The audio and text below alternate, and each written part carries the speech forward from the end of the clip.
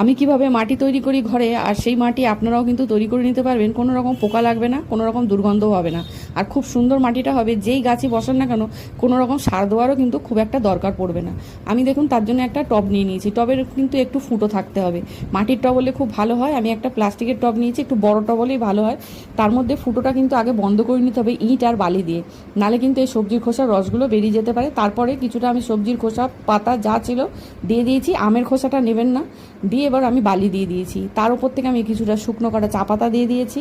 একটু ফুল, ঠাকুরের যে ফুলগুলো থাকে সেই ফুল, কলার খোসা, সমস্ত কিছু কিন্তু দেওয়া যায়। পাতা পচা যা থাকে সব, আমার বাগানে যা থাকে আমি সব দিয়ে দিয়েছি। দিয়ে আমি কিছুটা যে সাধারণ মাটি, আশেপাশে আমরা যে মাটি পাই সেই মাটি এবার ওপর থেকে দিয়ে আমি চাপা দিয়ে দেবো। চাপা দিয়ে দিলাম। এবারে দেখবেন এটা আস্তে আস্তে পচতে থাকবে। কিছুটা নিম পাতাও কিন্তু দেওয়া যায়, তাহলে কিন্তু পোকাটাও লাগবে না। খুব ভালো একটা মাটি তৈরি হয়ে যাবে। এর ওপর থেকে মাটি চাপা দিয়ে একটু জল ছিটিয়ে দিতে হবে।